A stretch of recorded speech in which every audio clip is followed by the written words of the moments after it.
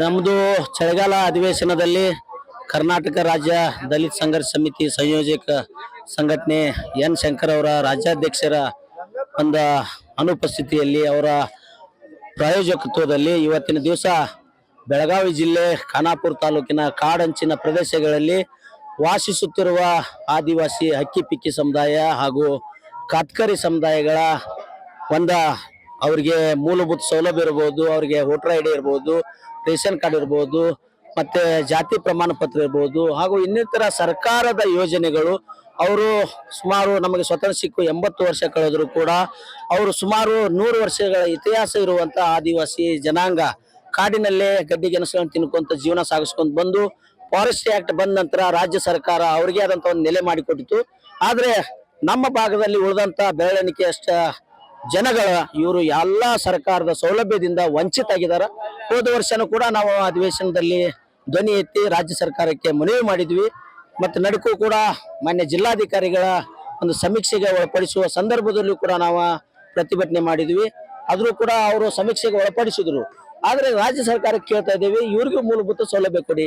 ಅಧಿವೇಶನ ಸಂದರ್ಭದಲ್ಲಿ ಈಗಾದ್ರೂ ಇವರಿಗೆ ವಿಶೇಷ ಪ್ರಕರಣ ಅಂತೇಳಿ ಇವರಿಗೆ ಮೂಲಭೂತ ಸೌಲಭ್ಯ, ಮಕ್ಕಳ ಶಿಕ್ಷಣ ಹಾಗೂ ಇನ್ನಿತರ ಸರ್ಕಾರದ ಯೋಜನೆಗಳು ಇವರಿಗೆ ಸಿಗಲಿ ಅನ್ನುವಂಥದ್ದು ಇವತ್ತಿನ ಮುಖ್ಯ ಬೇಡಿಕೆ.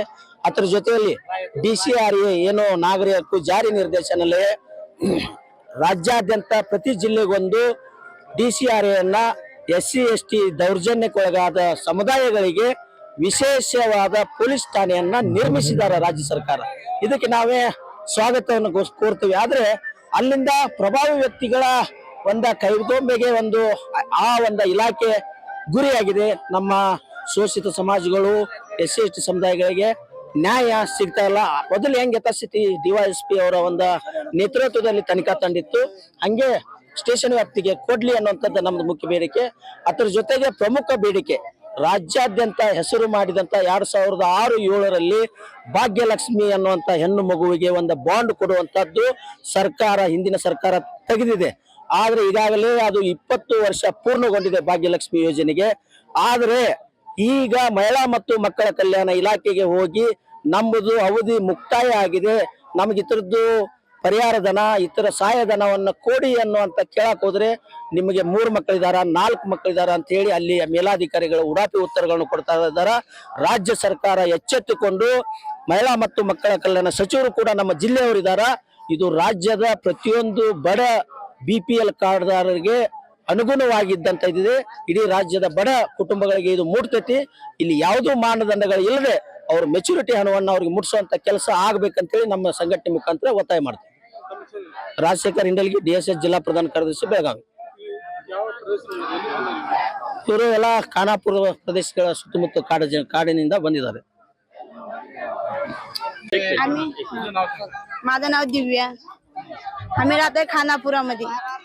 आमच्या गरीब मुलांसाठी काहीच नाही, राहायला जागा नाही, राहायला घर नाही, राहायला ठिकाण नाही. कुठे गेले ते राहू देत नाही. असे म्हणून आमची गरीब पोरं मुलं आम्ही कुठे जाऊन राहावं म्हणून आम्ही शासनाकडे हेच मागतोय. आम्हाला एक घर आणि जागा भेटली तरच बस, आम्हाला आणि काही नको. आमची पोरांना शाळा, राहायला आमची हक्काची जमीन, राहायला हक्काला घर एवढं भेटलं तर आम्ही शासनाकडे एवढंच मागतो आणि काहीच नाही आम्हाला. आम्ही आता खानापूर मध्ये राहिलं 10-15 वर्षापासून. आमचं गाव जवळच आहे शहरापासून. हे खानापूर जिल्हा आता राहतो आम्ही 7-8 वर्षापासून. तिजापूर ते राहतो आम्ही महाराष्ट्रमध्ये कोल्हापूरमध्ये राहत होतो. तिथं आम्हाला हक्कुलं काय तर चोरी जादा होत्या. तुमच्यासारख्या लोकांना गरीबाला राहू द्यायचं ना का? सरकारी म्हणतात का तुमच्याकडे गरीब राहिलं, चोरी होत्या, तुम्हाला धरून घालतात, मारतात, हान करतात, सगळं करतात. का गरीबाला हे का होतात म्हणून आम्हाला मालूमच नाही. गरीब आमची पोरं कामाला जातात, कष्ट करून खातात, तेव्हा आम्हाला मार हान जादा असतोय. जंगलात गेले, लाकडं गेले, कुठं बी गेलं तर काय म्हणतात फाईट लोक, पोलीस लोक, तुम्ही असं का करता, तुम्ही हे करता धंदा, तुम्ही जानवर मारतात, तुम्ही डुक्कर मारतात असं म्हणतात. म्हणून आमच्या पोरांना फारिस्ट लोक भरपूर मारतात, भरपूर हान घोड करतात. माझी एवढीच आदस आहे, आम्हाला जागा, घर, आमच्या पोराला शिक्षक भेटावं पाहिजे म्हणून एवढीच आमची आदस आहे. ಅಕ್ಕಿಪಿಕ್ಕಿ ಆದಿವಾಸಿಗಳು ನಾವು, ಕಾಡು ವನವಾಸಿ ಜನಗಳು, ಕಾಡದಲ್ಲಿ ಇರೋರು. ಕಾಡಿನಲ್ಲಿ ಇದ್ದು ಇಷ್ಟು ಕಾಲಾಂತರವಾಗಿ ಈಗ 40-50 ವರ್ಷಗಳು ನಾವು ಕಾಡಲ್ಲಿ ಇದೀವಿ. ಕಾಡಲ್ಲೇ ನಾವು ಪ್ರಾಣ ಪಕ್ಷಿ ಹೊಡೆದು ತಿನ್ನೋ ಜಾತಿನೇ ನಮ್ದು. ಹಕ್ಕಿ ಪಿಕ್ಕಿ ಆದಿವಾಸಿ ಅಂದ್ರೆ ನಮ್ಮ ಭಾರತದಲ್ಲೇ ಹಕ್ಕಿ ಪಿಕ್ಕಿ ಆದಿವಾಸಿ ಅಂದ್ರೆ ಎಲ್ಲಾರ್ಗೂ ಗೊತ್ತಿದೆ. ಆದ್ರೂ ನಮ್ ಜನಕ್ಕೆ ಬೇಕಾದಲ್ಲಿ ನಮ್ಮ ಹಕ್ಕಿ ಪಿಕ್ಕಿ ಜನಗಳು ಮೂರು ಮನಿ ಮಠಗಳು ಇದೆ, ಇಲ್ಲ ಅಂತ ಹೇಳಕ್ ಬರೋದಿಲ್ಲ. ನಾವು ಈಗ ನಮ್ದು ಬೆಳಗಾವಿ ಜಿಲ್ಲಾ ಖಾನಾಪುರ ತಾಲೂಕದಲ್ಲಿ ನಾವು ಇದ್ದೀವಿ. ಈ ಸಲೆ ಹಾಕಿ ನಾವು 50 ಸಲ ನಾವು ಪ್ರತಿಭಟನೆ ಮಾಡ್ತಾ ಇದ್ದೀವಿ ಅಂದ್ರೂ ನಮ್ ಕಡೆ ಯಾವ ಸರ್ಕಾರ, ರಾಜ್ಯ ಸರ್ಕಾರ ಆಗ್ಲಿ ಕೇಂದ್ರ ಸರ್ಕಾರ ಆಗ್ಲಿ ಯಾವ ಸರ್ಕಾರ ಕೂಡ ನಮ್ಗೆ ಅಲಕ್ಷ್ಯ ಮಾಡ್ತಾ ಇಲ್ಲ, ನಮ್ಗೆ ನೋಡ್ತಾ ಇಲ್ಲ. ನಮ್ದು ಬೇಡಿಕೆ ಏನೈತೆ ನಮಗೆ ಮತ್ತೆ ಉತ್ತರ ಸಿಗ್ತಾ ಇಲ್ಲ.